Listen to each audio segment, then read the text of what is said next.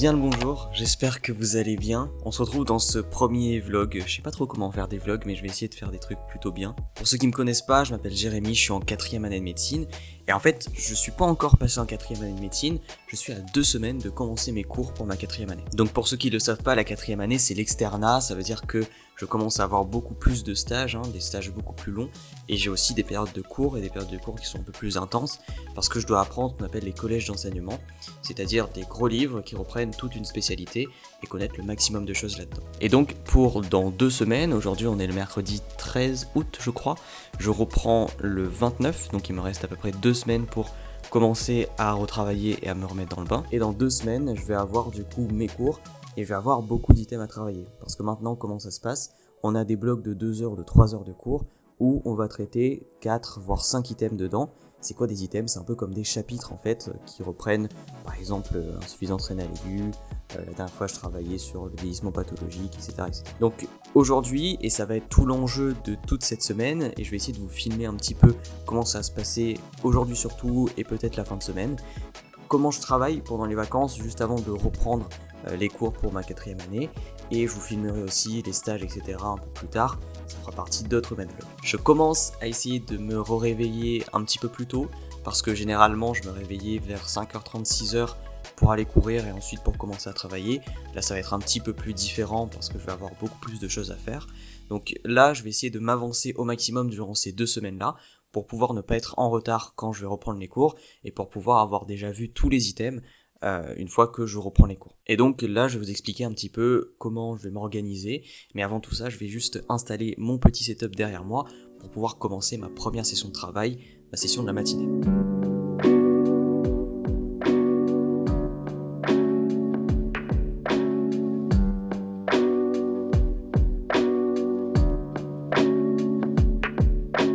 Alors, que je vous explique un petit peu comment ça va se passer ce matin et qu'est-ce que je vais faire.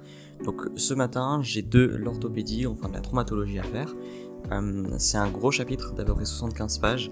Donc ce que je vais faire, c'est qu'en fait je fais à peu près 10 pages par jour, en tout cas dans la matinée. Ça me remplit pour l'instant la plupart de mes matinées, mais on verra, normalement fin de semaine c'est fini, vu que j'ai déjà bien entamé le chapitre. Donc là je vais faire mes 10 pages de traumatologie, et ensuite je verrai ce que je fais en fonction de l'heure où je finis. Donc c'est ce gros livre qui est là, et je vous montre aussi comment je m'organise au niveau de mon ordinateur, son bureau, et qu'est-ce qui va se passer. Ce que je fais, c'est qu'en fait j'ai 2 fenêtres d'ouvertes.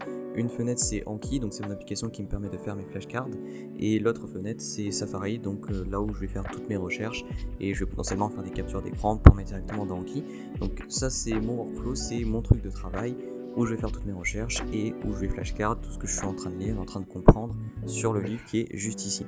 Ça c'est la petite boisson, je me mets mon petit casque, je me mets un Pomodoro de 50 minutes, 15 minutes de pause, et ensuite c'est parti pour toute la matinée.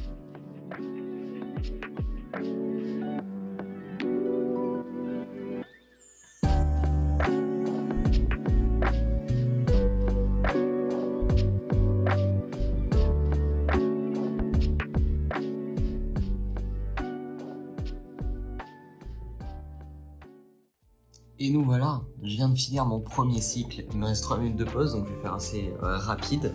Je vous explique très rapidement c'est quoi la technique Pomodoro. Alors je pense que beaucoup de gens connaissent cette technique là, c'est tout simplement une technique qui va te permettre de travailler beaucoup plus longtemps.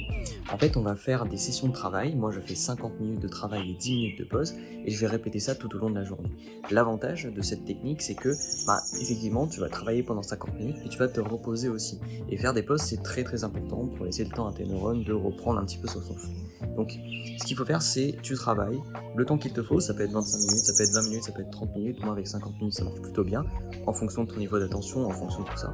Et ensuite tu prends une pause, et la pause c'est très important, elle doit pas être une pause où tu vas prendre ton téléphone et tu vas commencer à procrastiner, parce qu'après tu n'auras plus envie de travailler.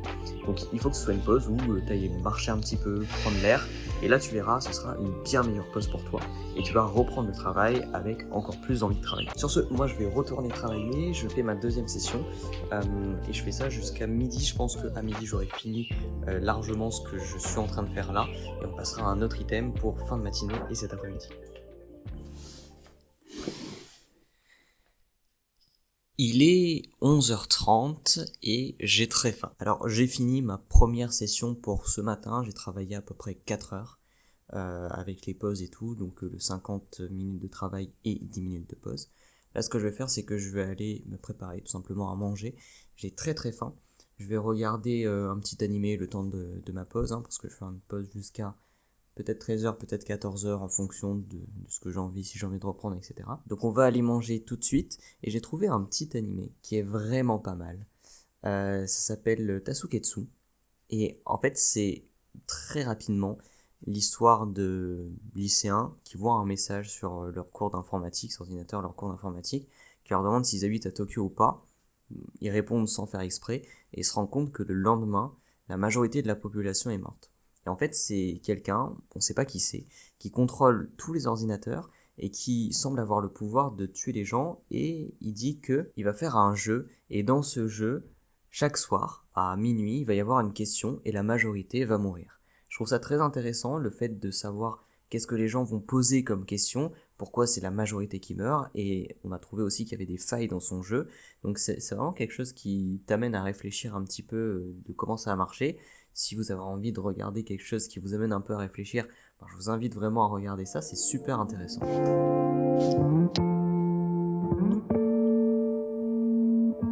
Des petites crêpes salées avec, je sais même pas comment ça s'appelle, c'est du yaourt grec avec des concombres et de la menthe et des épices.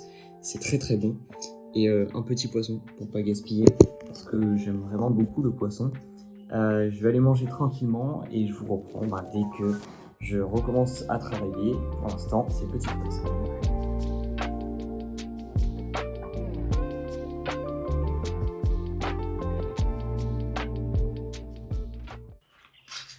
Et deuxième thé de la journée, je vais peut-être développer le syndrome du buveur de thé, mais j'en ai vraiment besoin pour pouvoir tenir au travail. D'habitude je bois pas tant, mais là j'avais envie. Je vais vous raconter le problème de toute ma vie.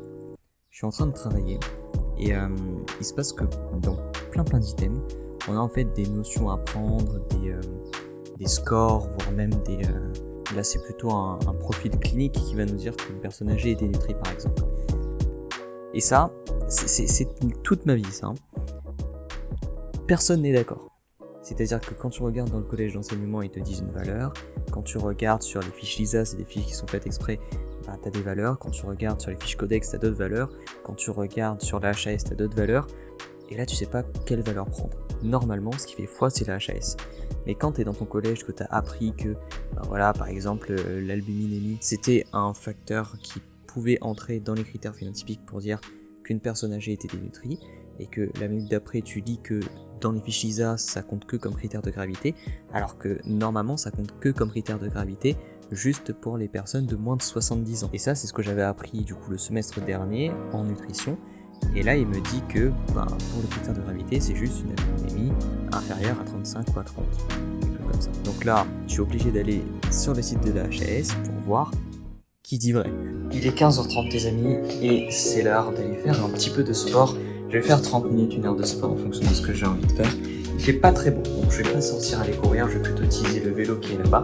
Donc un petit peu de sport, s'ensuit un petit goûter, et ensuite je retourne travailler. Et j'en profite pour vous dire que le sport c'est vraiment quelque chose de génial.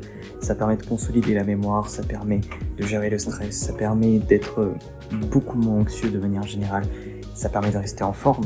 Et d'ailleurs là j'étais en train de travailler sur de la gériatrie où on parlait un petit peu de dénutrition chez la personne âgée, que plus on prend de l'âge et plus notre masse maigre, donc le muscle va être remplacé par de la masse grasse, et c'est très important pour pas tomber dans ce qu'on appelle la sarcopénie, c'est-à-dire une fonte de la masse musculaire, et un risque de chute et un risque de dénutrition associé. C'est très très important pour ça de faire du sport et de faire de l'activité physique. Donc je vous encourage à faire de l'activité physique, que ce soit de la marche à pied, de la course, de la natation, tout ce que vous voulez tant que vous bougez.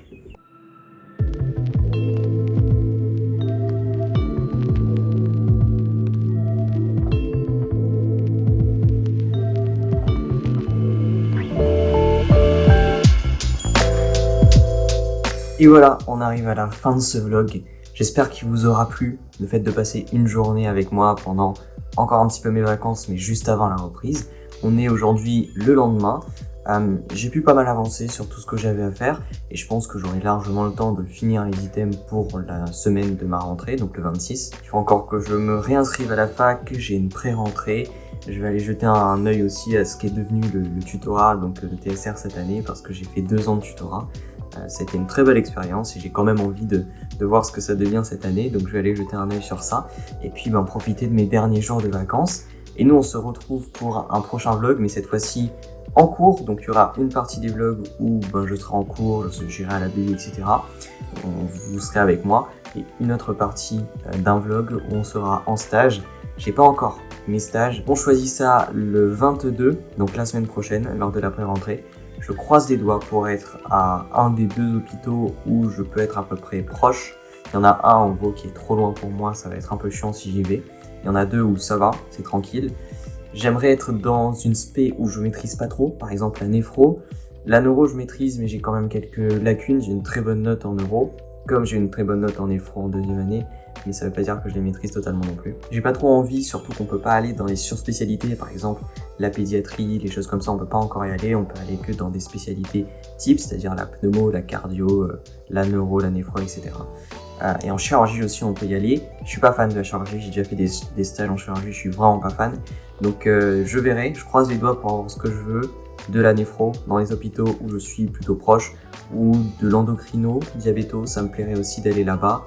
Pourquoi pas de la gériatrie, on voit pas mal de choses en gériatrie, donc je verrai, de toute manière je vous tiens au courant. Sur ce, passez une belle journée et à la prochaine, bye tout le monde.